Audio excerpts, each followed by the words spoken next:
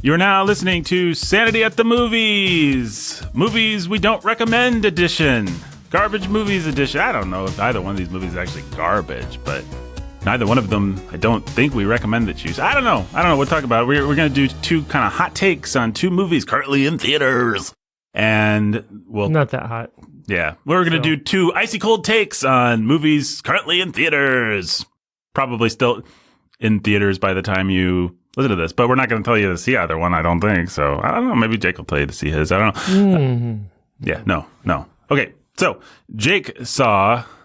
Well, I'll let you say it. Well, first of all, actually, let us all say who we are. I'm Nathan. I'm your humble and obedient host with the most. And we've got Ben Sulzer there. He's the preacher who's a teacher of cinema. Hello. Lucky that we got the preacher who's the teacher of cinema. Of all people we could have on this podcast, sounds like you'd be a perfect fit. You are lucky. And speaking of perfect fits, it's Jake's shirt. Yeah. It's a perfect fit on Jake, who's also here. Thanks. He's a pastor who's a master of cinema. Hi, Jake. Hi. I teed it up. You did tee it up. What could I do but hit it? I teed you up. What's a sports analogy for, like, you tee someone up to do something that they kind of have to do, but it's also lame. Like, I'm not teeing you up for like a home run greatness. Or anything. I'm just, I don't know. I'm teeing you up for a first base For a single? For a single, yeah. I teed you up for a single, and you got it. All right. Teeing you up is a golf metaphor. Right. But I gave we, you some... we like to mix metaphors on this show, so I don't We see do. what the problem is. We like mix metaphors like a shark mixing a Cuisinart. That was just a bad In its metaphor. maw. Yeah. I can't think of two metaphors. What are two famous metaphors? We mix metaphors like the early bird Gets... COVID. Yeah, like the early bird gets COVID. Yeah. There you go. That's good. All right. There. All right. Ben has declared it good. That means we can move on with the show. So Jake saw a movie. I saw a movie. Both of them in theaters. We have cold takes. And Jake, what is your movie? Fantastic Beasts: The Secret Crimes of Grumbledore. Yeah. It's right there. Is it? No, that's number 2 is The Secret Crimes of Grumbledore. What is this? This is Fantastic Beasts. Oh, it is The Secrets. Yeah, last time was Crimes of Grindelwald. This time is Secrets of Dumbledore. Secrets of Dumbledore. And I think Grumbledore is the way that we talk about this romantic couple. So, is that their? I wanted to say slave name, not slave name. Is that their celebrity mashup name? if it's not, it should be. The Secrets of Grumbledore. So we have a couple at the center of this movie. Yeah. By the way, spoilers for both these movies. Virulent spoilers. Yeah, spoilers from the outset. Yeah, no, the whole heart of this movie is the romance between Albus Dumbledore and Gellert Grindelwald, now played by Mads Mikkelsen, because Johnny Depp got canceled for being a victim of Amber Heard's slander. Yeah, or slander, whatever. So, anyhow, but Mads Mikkelsen is an upgrade on Johnny Depp. Well, if you want somebody to play dark homoeroticism, I mean, Mads Mikkelsen made his name in America, at least, with a pretty famous scene of that sort of thing with old James Bond, and has only gotten more powerful at that sort of thing. He is the guy that you hire if you want to put a nice... And they hired on him. They sure hired him to do that, and then they sure did that. This movie is really just Jude Law and Mads Mikkelsen going round and around each other in a really homoerotic way for the entire movie, with a whole mess of other plot things that don't quite pull together or make a lot of sense, or just feel sort of scattered, like a lot of connective tissue is cut. Like, the only thing grounding this movie at the center of it is the romance between Dumbledore and Grindelwald. That's really it. That's the whole But does Dolly movie. Parsnips come back from the dark side, or whatever her name is? She does, and it ends with a wedding. And Dumbledore sitting wistfully outside. Like, he'll never have his wedding. Exactly. So just to be clear, are we talking... I understand there's not going to be a long, actual pornographic gay scene, because this is a movie for There wasn't a... But we're talking text, not subtext, right? It's absolutely text. It is... Like, early in the movie, we have this sort of, like, you know how Rey and Kylo Ren had their, like, Force mind meld connection where they could be in the same room with each other in their minds. Yeah, one of my favorite conceits from that terrible trilogy of movies. Yeah, so we just ripped that off. Oh, okay. And so Grindelwald and Dumbledore can meet in a cafeteria in their minds. And they have this like confrontation sort of, like they're supposed to meet. Like Dumbledore's there and he's sort of like pensively waiting in a will he, won't he show up? Like this is a date. And then he does show up and he sits down and they have their sort of confrontation fraught with sexual tension. And it's basically, you know, they've made a vow and they've got like this like locket thing that is like wrapped around Dumbledore's wrist or whatever. And it's a blood vow where they've mixed their blood in this locket that now can't be broken. In case you need help with the metaphor, there's a metaphor there. And it can't be broken, so they can't go against each other, they can't oppose each other. And what you have is this conversation about who's the idealist and who's the romantic. The old Magneto, Xavier. Exactly right. Yeah. So Grindelwald is the idealist. He's Malcolm X, and what's his face is Martin Luther King Jr. Yeah, and he insists that Dumbledore always was too. In fact, he pushed things forward, and Dumbledore basically is put into the corner of saying, "No, I was in love," and that's what he says. I was in love, and so all my idealism, I was just keying off of you, and I was in love with you, and that's how we get started. And then we talk about that and it comes back and we talk about it over and over throughout the movie until finally at the end, the climax of the movie is we have this sort of face-off between Dumbledore and Grindelwald. They can't fight each other, but Grindelwald goes in to make a kill and Dumbledore goes in to make a save.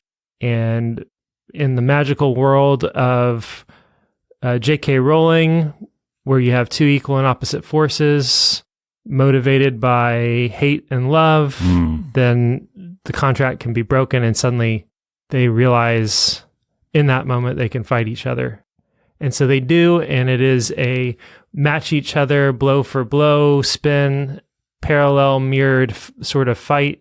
They come around into the center of like this cloudy place where they're having this fight. And by the way, a lot of like what Dumbledore does is just, there are these fights that happen in sort of like a mirror dimension, like taken out of Doctor Strange. It's a whole other thing that is never really fully explained.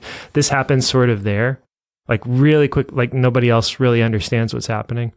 But they come against each other and their backs turn, and then they turn and they grab each other by the collar. And so they both have their hands on each other's chests with the wands pointed at each other's heads.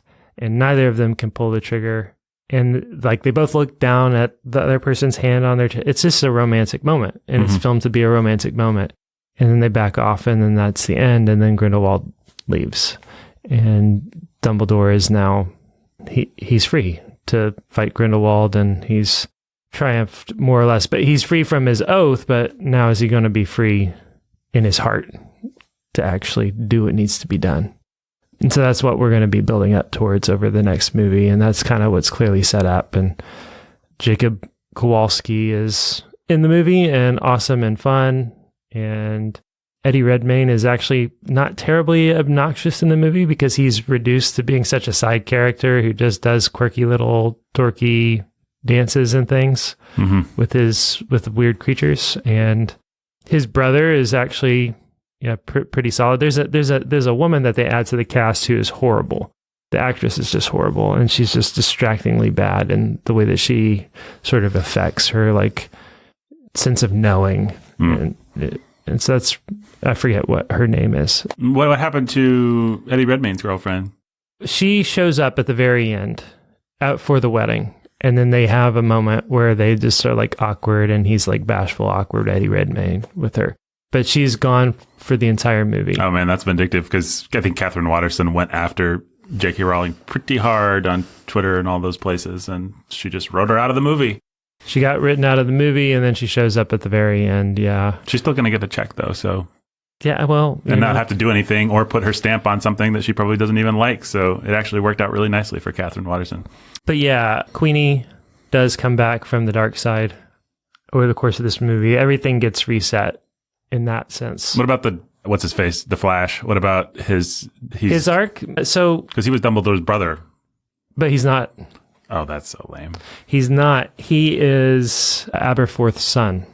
So he's Dumbledore's nephew. He's Dumbledore's nephew. So Mads Mikkelsen or Johnny Depp was just lying to him. That's right. That's a really lame plot twist. He was lying. That's Infuriating. infuriating. He was lying the whole time. What a cheat. Manipulating him. And so we have this confrontation with Credence and Albus in the mirror dimension, where Albus basically gets the best of him and is like, what he told you, none of it's true, but you are a Dumbledore. He's just using you. So what we basically see is Credence is dying. He is potent and powerful, and he is a weapon to kill Dumbledore that has been weaponized. And then we just sort of like very lamely diffuse all of that. So Aberforth and Albus are there at this sort of final confrontation. Both Albus and Aberforth move in to save Credence from killing Curse, and that's what breaks the thing. And then we have this really, I think, probably for any real fan of Harry Potter, one of the dopiest things that happened in the entire movie is Credence sort of falls into Aberforth's arms and asks, "Do you love me?" or something like that.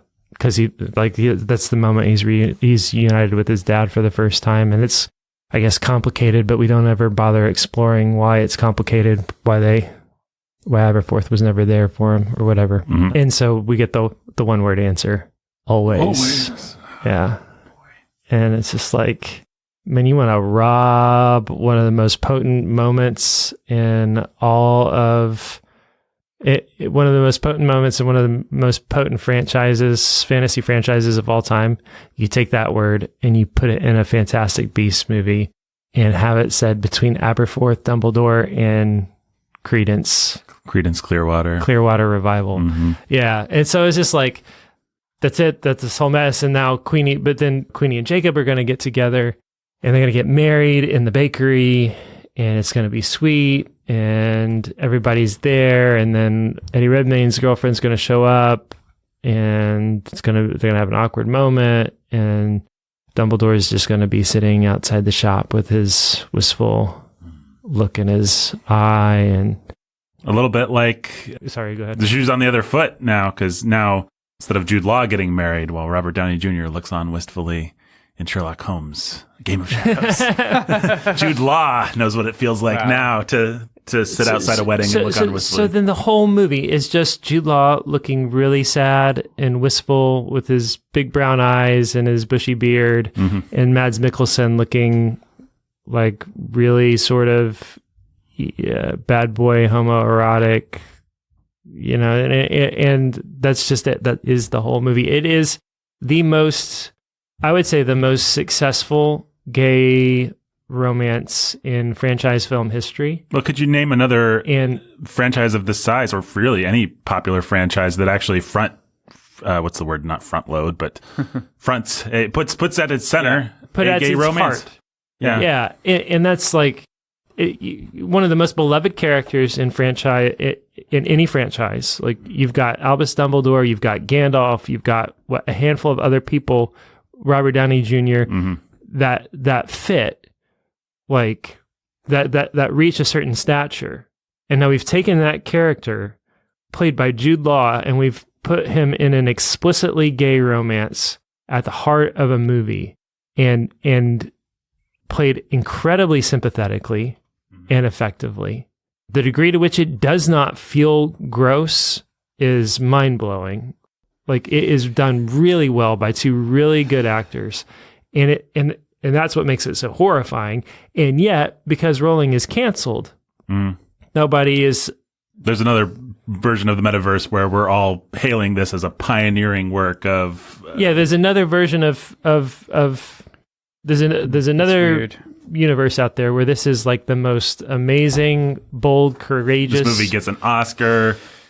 Yeah. Or at least is in the conversation because people are pushing for it. Yeah. Lobbyists. Yeah. And it's completely just blacklisted, canceled. Nobody's talking about it. It's amazing. Like, Marvel just still amazing. hasn't. What? There's a word that I want. It's not front load. Marvel still hasn't. Yeah, I know the word you want. I can't think of it either. Marvel still hasn't done that. I mean, Hasn't done anything close. Star Wars hasn't done anything like that. right? Neither one of them has had a beloved protagonist. Like This is like making Luke Skywalker gay. This is like making... if Carrie Fisher had actually been in love with Holdo, Right, and we had actually talked about and it. that had been the entire point of the movie. Yeah, if Rey was a man and her and Kylo Ren had the same relationship, or we even amped it up actually into a true romance. Yep. Yeah, I mean, the left's agenda isn't gay romance. It's total destruction. Destroy right. every sexual boundary, and this movie isn't falling in line. Well, She's- it's I just mean, the movie Rowling is, isn't. but Rowling isn't. She stopped And short of therefore- exactly one boundary, and That's they're like, what I mean. cancel. And, Right. Yeah, and there's nothing that she can do. This is nothing that she can do. And there's nothing, and it's amazing to see them eat themselves like this. Mhm. Like, it's amazing. Let's not pretend. Like, we did talk about, we had that episode where we talked about Rowling. Probably over on Sound of Sanity podcast. Probably on, That's right. yeah, probably on Yeah, Sound of yeah. Sanity. But We did. we said there, and we should reiterate here, she's not a friend. And this movie proves she is not a friend. She is an enemy. She is one of them, not one of us. But She happens Man. to be an enemy who puts us to shame sometimes. yeah, because she has principles in certain parts, in certain areas. Yeah. But in this movie is that. This movie is, it's something. That's insane. I mean, it's really just crazy. I am extra disappointed in her because what a perfect opportunity to actually say, what, you know what? Everybody's going to hate me anyway. And I've got actually one of the more heteronormative franchises between Mr. and Mrs. Weasley and Harry Potter. Look, every franchise has to have a girl fighting somehow these days, but Harry Potter's probably the best of the modern franchises in terms of just traditional gender norms. So perfect opportunity to just do normal stuff, to actually rally a big conservative audience to go buy tickets and to force Warner Brothers to, like, now she's probably not going to get the fourth and fifth movie. Yeah, and that's basically what they're saying. This is far and away the lowest grossing movie in the whole franchise. And although she's under contract for 4 and 5, it just may never get finished. I don't think that if you're a Warner Brothers executive, you don't continue to pay her to do these things. You say, we got to go back to the whiteboard. And then, I don't know. The problem is if you're stuck between, if you have the Sophie's choice of we do them with Rowling, or she still has enough control that we don't do them at all otherwise. That's hard. They'll still do them. They're still, I mean, well, maybe they won't, but at the end of the day, Warner Brothers, unless Pattinson and DC can actually start to make money, they don't have that many. It's not like they've got a killer cash cow. Well, Warner Brothers just got sold by AT&T. I think it's part of Discovery Warner now, and they've got a new CEO, and he is banking on DC. He's trying to find a Feige, like he's explicitly said. Yeah, I've seen that. We need a Feige. I need a guy or a lady. I think he'd probably prefer. We need somebody who can bring this all together, who can do what Feige's done for Marvel. And he's looking for that kind of person who combines. He doesn't see it as looking for a creative force, which is where I think is actually his mistake. Yeah. He sees it as I have to find somebody with Feige's business savvy. And true, Feige is an amazing businessman. Yeah, but Feige pulls it all together by being a creative who's he may sensitive just to what be his a audience. unicorn in that sense. Like somebody who can pull everything together that Feige pulls together is pretty unique, and that's why the MCU has been pretty unique. Right. Huh. So, I mean, Snyder couldn't do it. Snyder had a vision. He had but we've talked about this. Yeah. He had a vision, but he couldn't sell it. Right. Mm-hmm. And because he couldn't sell it, Warner Brothers was ready to pull the plug on him really quick. And they just keep going over the sort of the dregs of Marvel. Like, oh, we'll pull in Joss Whedon. Oh, we'll pull in James Gunn. Oh, Right. we'll pull in. What?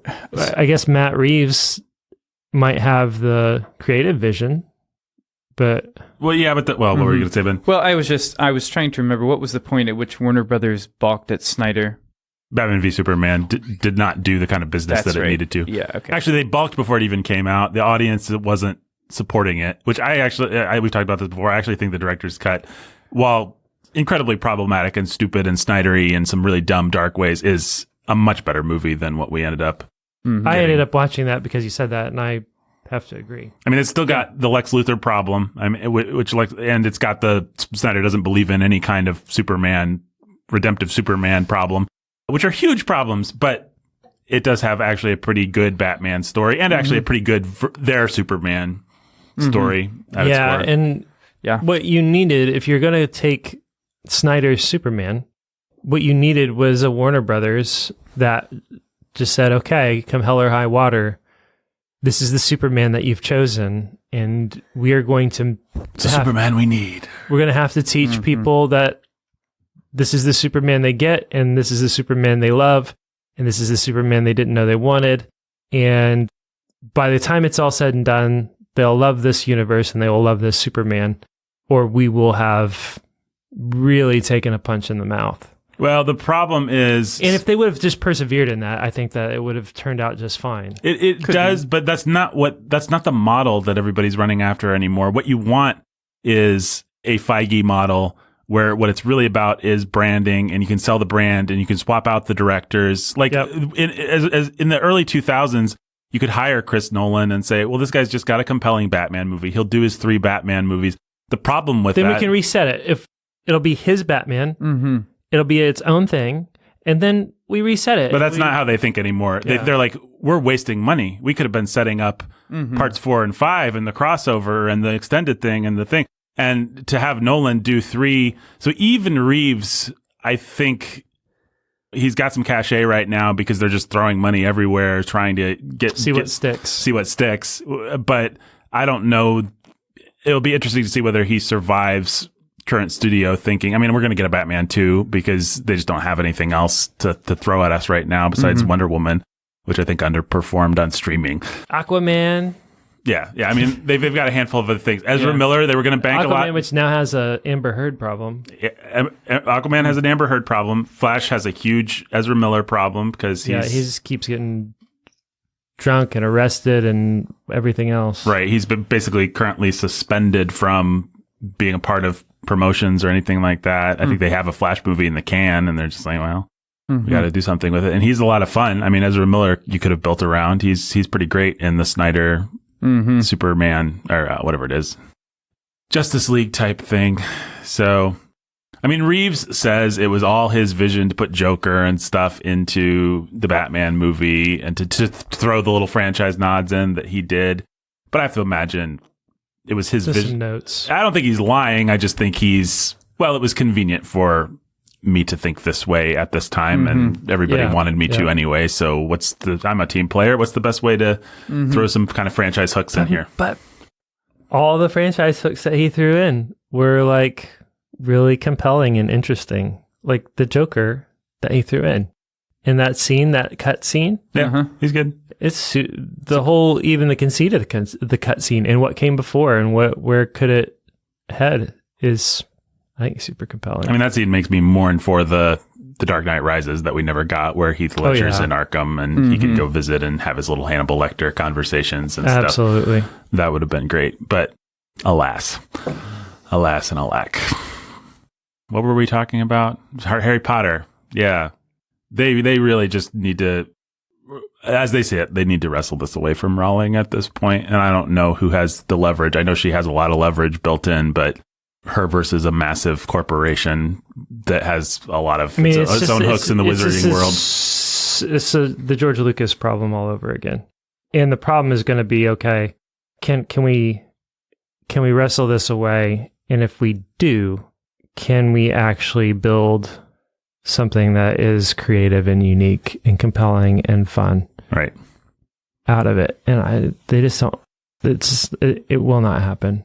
I think George Lucas expected to be treated better. I think J.K. Rowling might actually not make the same mistake as George Lucas. Right. I think he expected Kathleen Kennedy to basically continue his story, to use his notes. He thought he could be hands off. He could make $1 billion, support all his favorite charities, retire nicely, and see people tend the legacy in a respectful way. And it's just not exactly what happened. I have not read it, but apparently there's a pretty sad scene in Bob Iger's memoirs where Bob Iger goes to talk to George Lucas, and they have this really awkward conversation where he realizes in the middle of this meeting that George expects to still have some creative say, and Iger has to break it to him like, no, we're not going to any of your ideas, George. Except in the broadest strokes, like you wanted the third trilogy to have a girl that was looking for Luke Skywalker. I think that's about all we took from Lucas. But in any case, she won't make that mistake. She's too smart and savvy for that, and she's watched how things have gone down with Lucas and franchise filmmaking. She has a story that she wants to tell, I expect, and she has the money and the freedom to, like, if they take away the movie from her, right?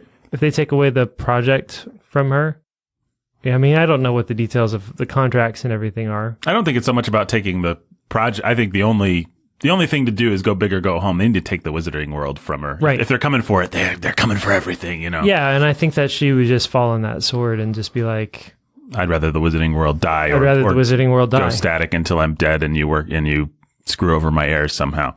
Yeah, I think that's what she'll do. I think she'll say, fine, I'll self-publish the rest of my Fantastic Beasts stories if I have to. Or somebody out there will publish it.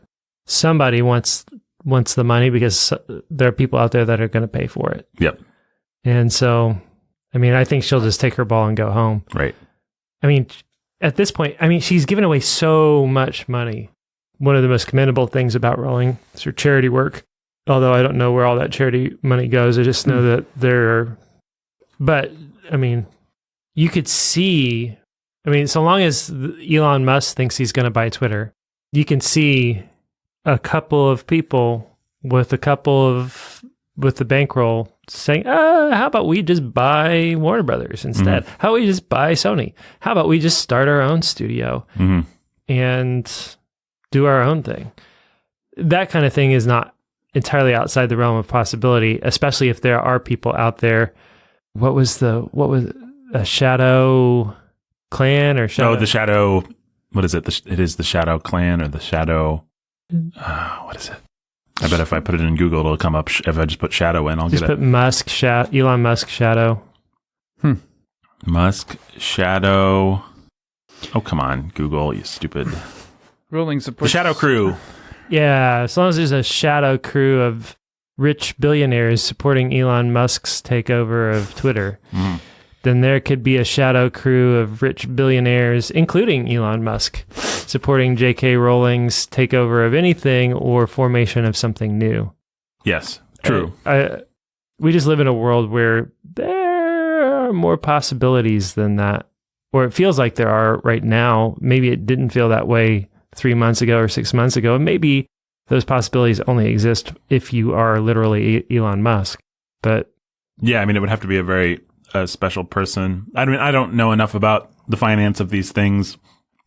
I have to imagine Warner Brothers is quite a bit more expensive, especially Warner Discovery now is quite a bit more expensive than Twitter was probably. Oh, yeah. And we're talking billions. Like Twitter was what? Oh, yeah. 4 billion? 44. Okay, that's a lot. Yeah. Yeah, that's not... Rowling can't just do that. She can't just get a loan for $44 billion. I'm not sure Elon Musk could either. That's the thing. But Musk could probably if he wanted to. Bezos could. Rowling, I don't think could. But I don't know much about these things. Well, anything else to say about Crimes of Grindelwald? Are you glad you saw it? Would you see number 4? I'm not. Well, I'm glad I can for myself put this franchise to rest. How about that?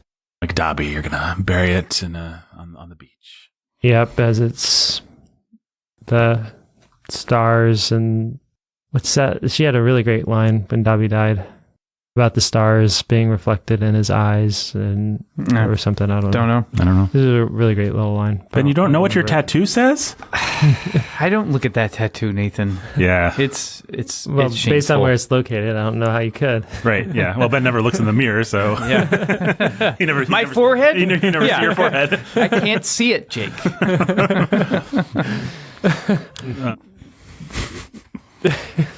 That was silly. It's pretty silly. But fun. Yeah, it was fun. I just think what I'm not going to do is give up Harry Potter. Like the original books or movies? Yep. Those 7 books are great fun, and the movies are too. Well, and part of believing in authorial intent, believing in not the death of the author, is that the author can't kill the author. What I mean by that is J.K. Rowling can't reverse engineer meaning into something that she didn't intend when she wrote it. She's not, I don't think she can say, well, Dumbledore's gay, if that's not actually what she was writing into the text. And maybe that's an interesting example because maybe she was. But there's a lot of other crazy things that have come out about the wizarding world ever since then that I just feel no need to who cares what extrapolate she said, back who into cares what she said post facto. Right.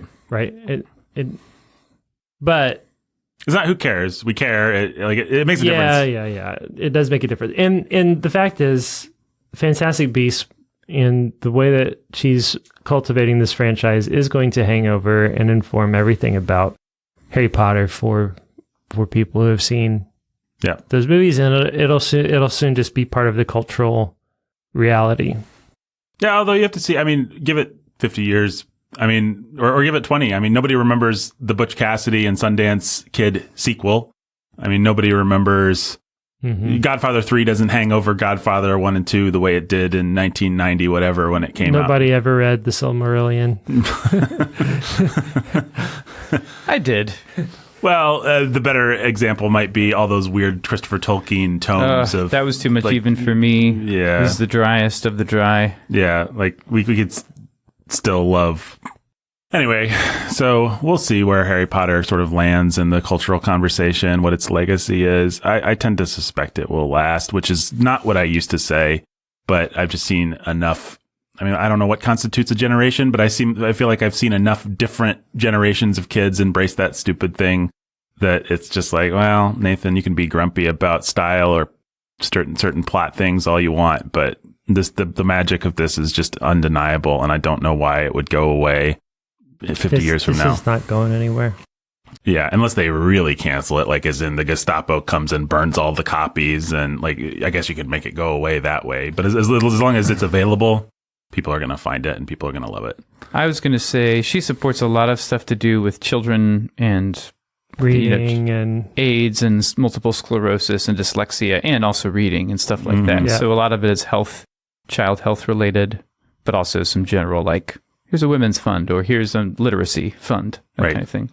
J.K. Rowling feels like what it used to be a liberal. Like she just hasn't changed. It's like the meme that Musk tweeted yes, out. Exactly. That's exactly what I was thinking of.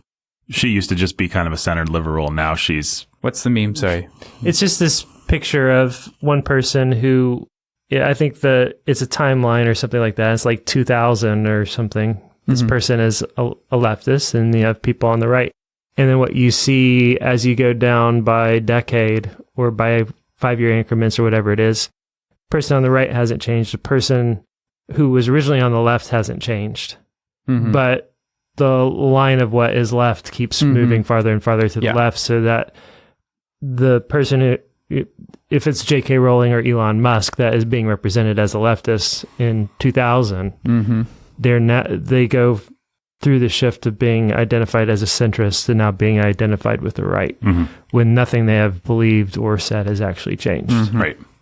I don't believe children should have crazy surgeries on their genitals. Oh, you right wing? No, I'm actually kind of left center, normal for all of human history.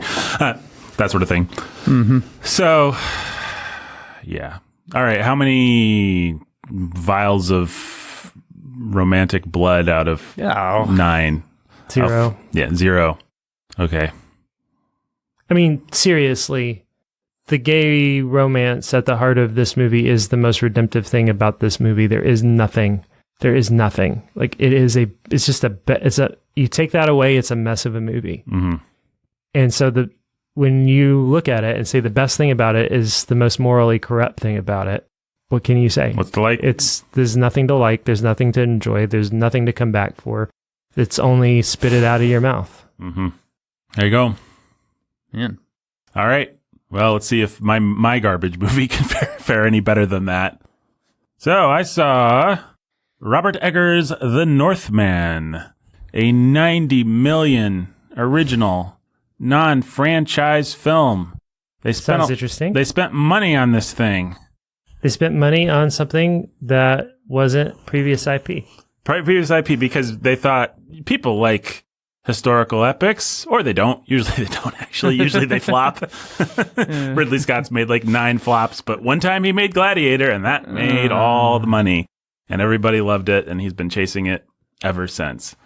But yeah, they made a 90 million Viking epic done by this gentleman, Robert Eggers, who's pretty famous for The Witch and for The Lighthouse, both of which are incredibly esoteric, weird, historical movie. The Witch is famous for only using dialogue written by the Puritans. In other words, he found letters, he found things where he could extract things that they actually said. So nobody in the movie actually says anything that a Puritan didn't say. Yeah. So he's that kind of a guy. He's weird, he's esoteric, he's not mainstream at all. But he went into the studio apparently and said, how do you feel about a Robert Eggers, as mainstream as I can make it, Viking epic? And they went for it. I don't know why, but they went for it. And he made this crazy Viking epic. And I was interested in it for a couple of reasons. I suspected it would probably be off-puttingly violent and off-puttingly pagan and all kinds of things. But I was interested in it for a couple of reasons. Number one, I'm always up for a good sword movie, like a good historical epic. I mean, some of my favorite movies growing up were Braveheart and Gladiator and things like that. You know, any movie that kind of transports you back to a different time when people hacked each other to pieces with swords, I always thought was cool. So that was fun. And then that's always fun. If somebody wanted to make our generations, or this I guess our generation's Gladiator was Gladiator, but if somebody wanted to make the next generation's Gladiator and actually do a good job and actually find like a Russell Crowe to be all honorable and stuff, like that'd be cool. I'd be into that. I'd be here for it. And if they weren't going to make it all woke and like the past sucked and Adam Driver and Matt Damon were idiots, that's all the kind of historical epics we get these days. But I like a good historical epic, a good historical action movie. So there's that. And then on our good friend Twitter, we follow and interact with a lot of conservative men, and we try not to stray too far into the crazy red pill territory, obviously, but follow and interact Speak with. for yourself, Nathan. Well, yeah. The royal we. Tries not to stray too far into crazy red pill stuff, but then I have to hang out with the craziest red pillar of them all. Well, what can I say? Mr. Testosterone himself, Benjamin Solzer. So I saw people saying, this is a movie. This is a movie for men. It doesn't have any of this woke stuff. It's about a man protecting his family and getting revenge on his enemies and all this kind of stuff that men should do, which right there, their premises were a little bit questionable, perhaps. But I saw enough of that I was like, okay. And then we had a friend reach out and say, it actually wasn't his point, but he just incidentally said, I saw it, it's very pagan. It's like a pagan Hamlet. So I had all this going through my mind. I happened to have a couple hours while my wife had just a lot of estrogen. I don't mean she was taking estrogen pills. I mean, there were a lot of women in the house.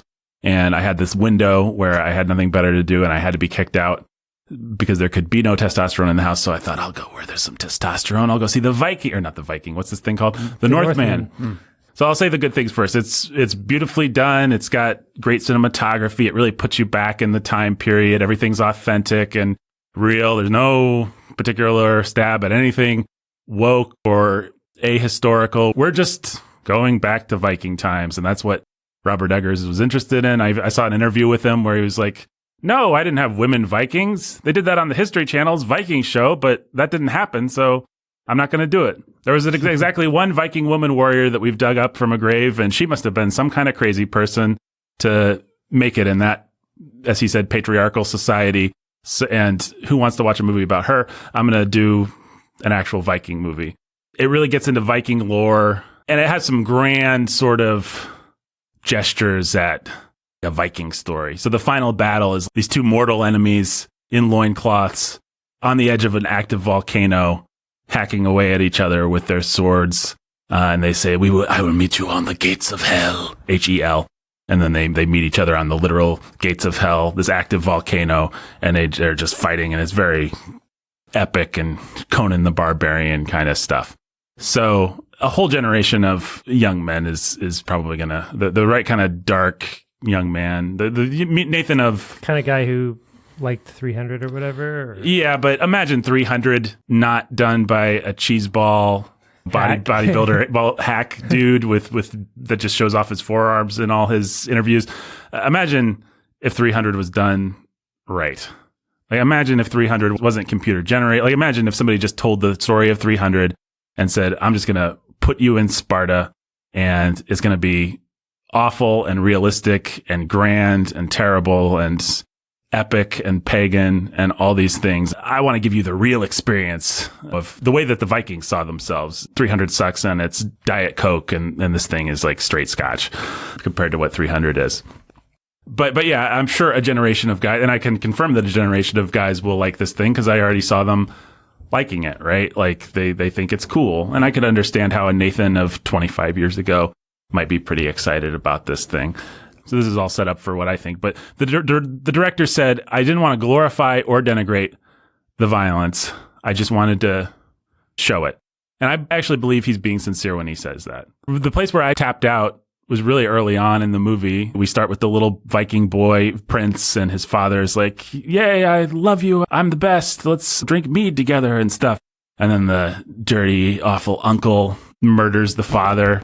And the little boy runs off and all the bad guy soldiers are after him and he has to hide and he's all plucky and has his little knife and stuff. And he goes on to the sea, and then we cut to 20 years later and he's this marauding Viking dude who's worked his way up, and then he goes back to get his revenge, rescue his mother, played by Nicole Kidman of all people, kill his uncle, all this stuff.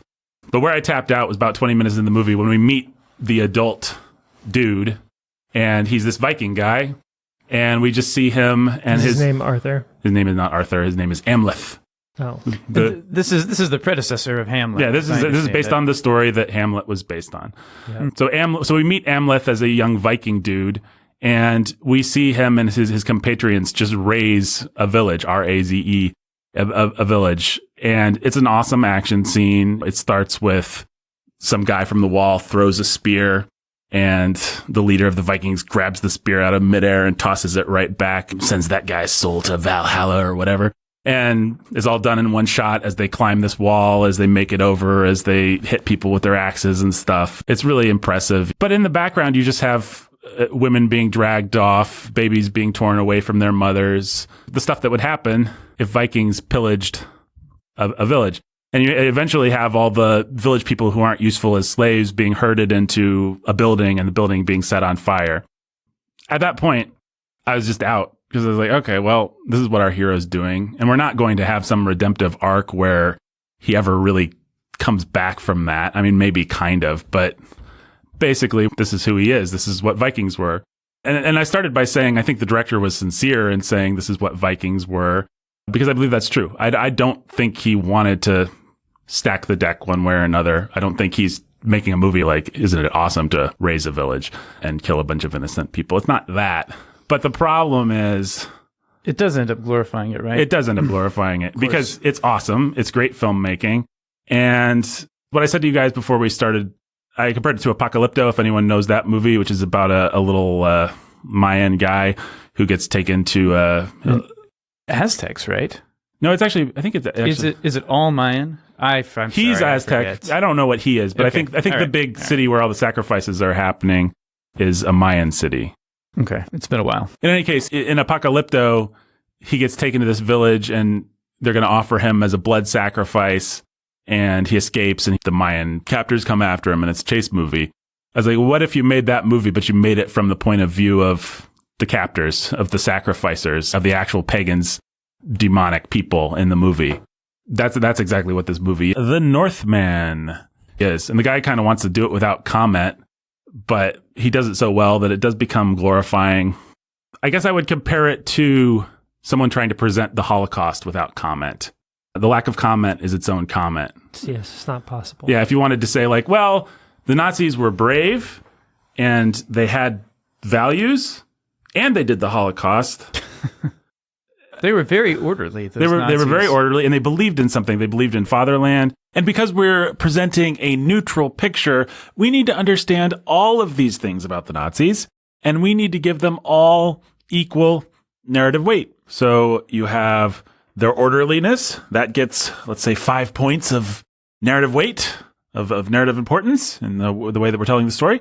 You have their love of the fatherland, that gets 5 points of narrative importance. And you have the Holocaust, that gets 5 points of narrative importance.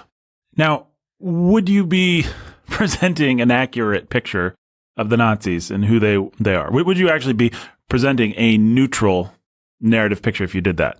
Let me give another even sillier example. Let's say you made a biopic of Elvis. Baz Luhrmann's coming out with a biopic of Elvis, right? Let's say you said, Elvis, he made music, but he also did other things too. What else did Elvis do? Well, he had hobbies. I think one of his hobbies was firearms. He liked to shoot off his firearms. And he liked to eat breakfast. Every day, Elvis would eat such and such for breakfast. And because I'm a neutral observer, because I want to posit myself as a neutral observer in the way that I tell this story, I'm going to assign equal narrative weight to breakfast, firearms, and music, and relationships, and whatever else. I want to just paint a full picture.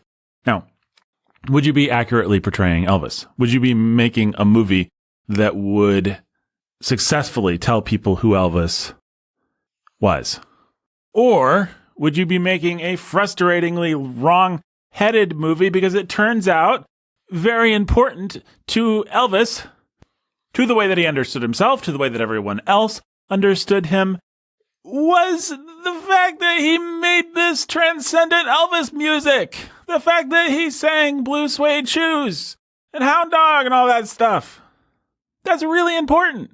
If you tell a story that de-emphasizes that, or that gives it equal weight with other things that to Elvis himself actually weren't as important, you are not successfully communicating the story of Elvis. You are lying about who Elvis is.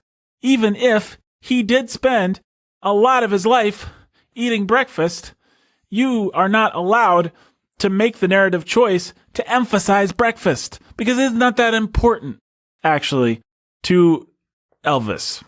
In order to be a neutral observer of Elvis, if such a thing is possible, what I'm actually arguing ultimately is that you always have to make narrative choices, that they always matter, and that you can't say that you're approaching something neutrally. It's impossible because just the way that you edit it, what you choose to show and what you choose to not to show, what you choose to put in, what you choose to leave out, all these things affect the way that people feel about your story, right?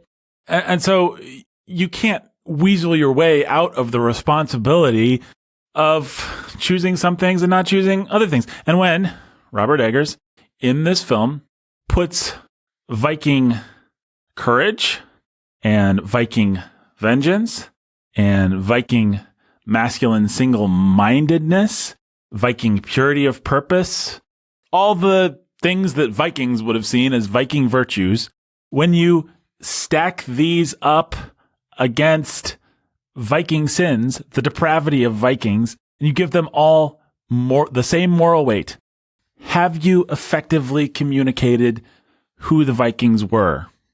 Even have you effectively even communicated how they probably viewed themselves, how they actually thought about themselves? No, you haven't, because it doesn't matter what your purity of purpose is. It doesn't matter what your beliefs are about yourself. If you're going into a village and you're raping people and you're killing people and you're putting people into buildings and setting them on fire and all of this, it's going to have a deep and abiding impact on your own psyche. As the marauding Viking, it is going to have a deep and abiding impact on who you are. It is going to be important. In your own life, in your own narrative, it is going to have more weight than this movie gives it. And certainly as Christians, we know that the old pagan way of doing things was awful. It was bloody. It was sexually depraved. It was really, really, really, really, really, really bad.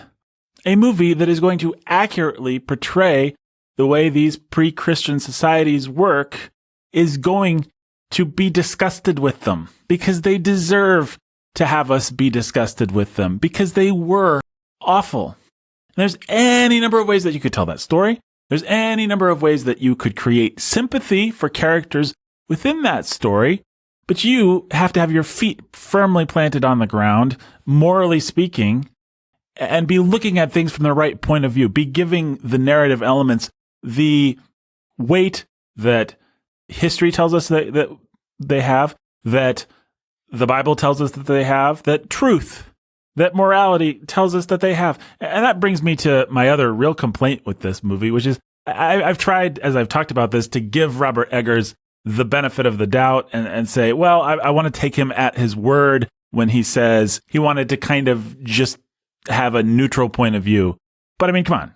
He himself loves neo-paganism. Absolutely, he loves paganism. He thinks it's so cool.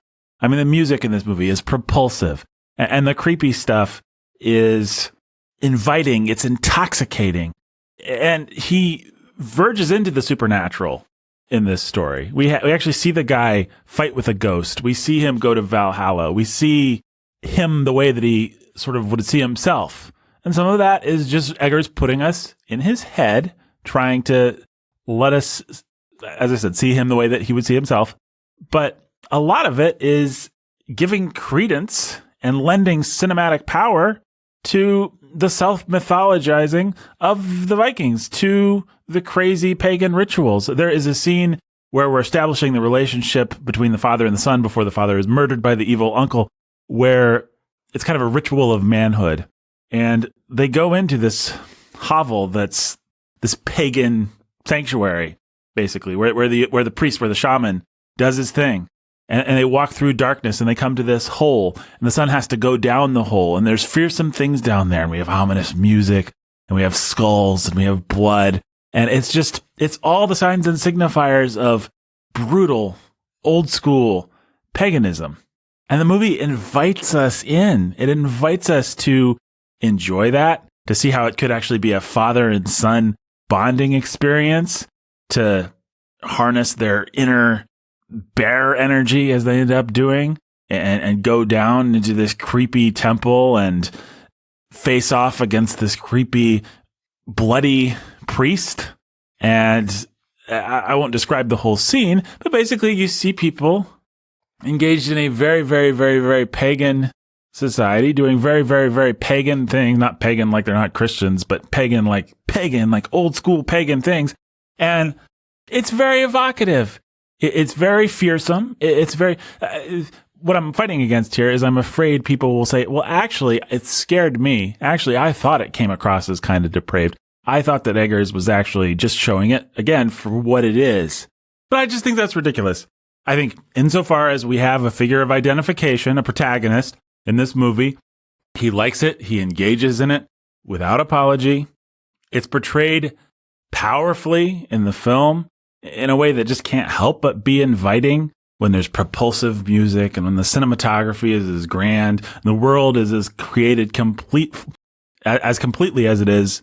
It's going to have a draw. It's going to have a pull. Even though Eggers makes it gruesome, even though he makes it barbaric, it has the allure of the forbidden. It has the allure of the barbaric. It has the allure of paganism.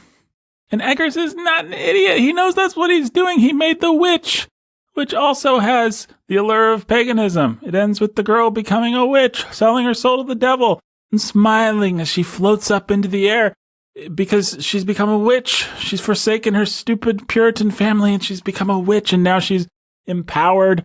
And people will say, well, actually, it's a sad movie about depravity, and isn't it sad that she became a witch? No, we like her, and she's smiling, and feminists everywhere wrote papers and did criticisms saying, it's empowerment. Everybody who's anybody sees this as a very empowering moment. Anna Taylor-Joy, who played the witch, saw it as an empowering moment. Alexander Skarsgård, who plays the Viking in this movie, sees a lot of the pagan stuff as being empowering, as being beautiful. And so when you have the filmmakers and you have the critics saying this is cool, this is metal, this is gnarly, this is beautiful, don't not take them at their word. Believe them. They're telling you they made this to be cool. And just because Eggers also talks out of both sides of his mouth and also says, oh, I was just trying to be neutral and not whatever. You can give him that he probably actually believes that. I don't think he's trying to lie, but also give him that he's a master filmmaker working at the top of his craft, and he's making this stuff very cool. I mean, the other thing is you can't be neutral about sex and violence, right? I mean, I'm not saying you can never have sex and violence in a story. I'm not saying even that it can't be portrayed in a visceral fashion sometimes if it suits the particular story that you're telling. But you have to remember that when you show nudity, the men in the audience, let's just take the men, we'll pick on them for a minute. The men in the audience are going to have a response to that. They're going to have their lust actually aroused. And when you show bloodshed in a really graphic way, you're going to have bloodlust, which is a category in the scriptures. You're going to have bloodlust aroused. We all have something in us that likes to uncover naked flesh, and we all have something in us that likes to see blood be spilt, blood be shed, bodies be broken open. Many of us have natural revulsion against those things as well, praise God, but we all have that little part of us, and some of us it's much bigger, and some of us it's much smaller, but we all have something that would like to see that stuff.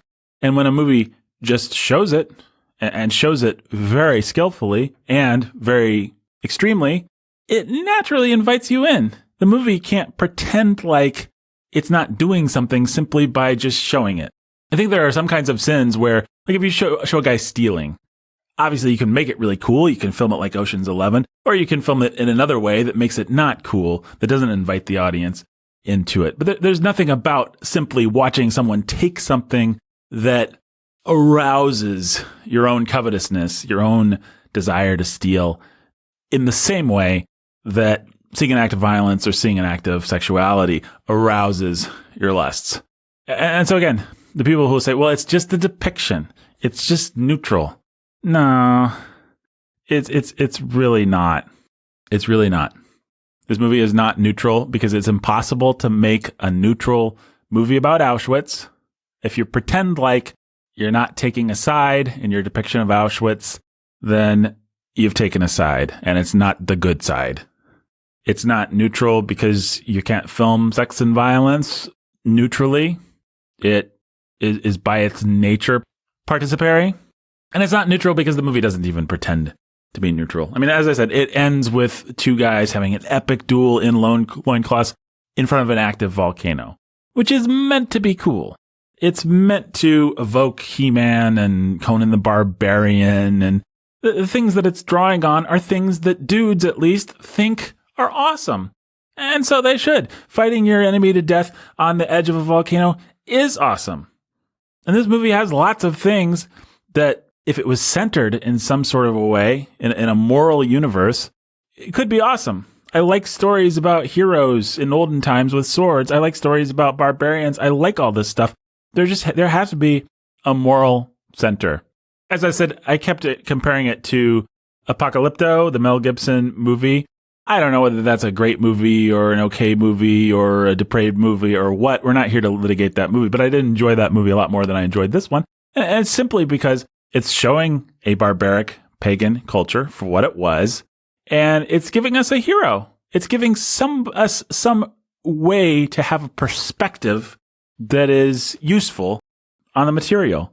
You cannot just present the material neutrally. It doesn't help. It's like, I think later this year we're going to talk about The Godfather. And that's a hermetically sealed movie, right? That's a movie that invites you into the world of the mafia and does not give you particularly a point of view outside of it, right? All the characters in the movie are basically bad, except the way it's shot, the way it's scored, the way it's scripted, and in the crucial character of the Diane Keaton, Michael Corleone's wife. It does actually give you a perspective, and the perspective is that this is evil.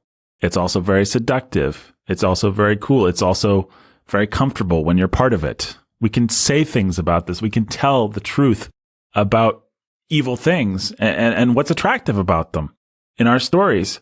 But we have to also have a perspective on what's really evil about them.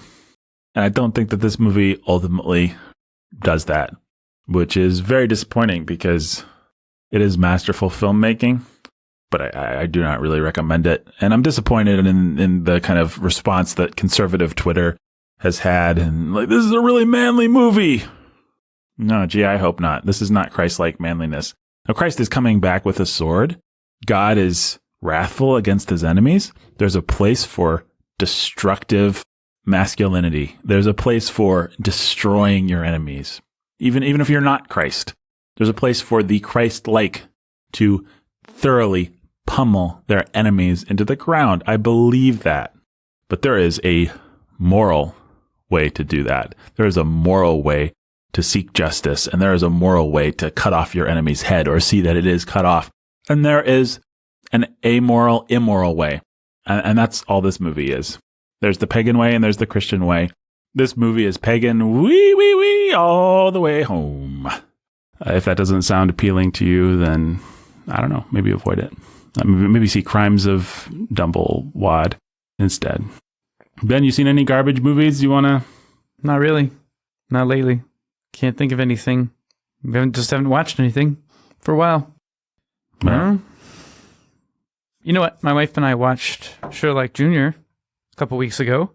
Buster Keaton silent movie. Hey, that's a great movie. That's a good movie. Yeah, it was super fun. And only like 45 minutes long. Yeah.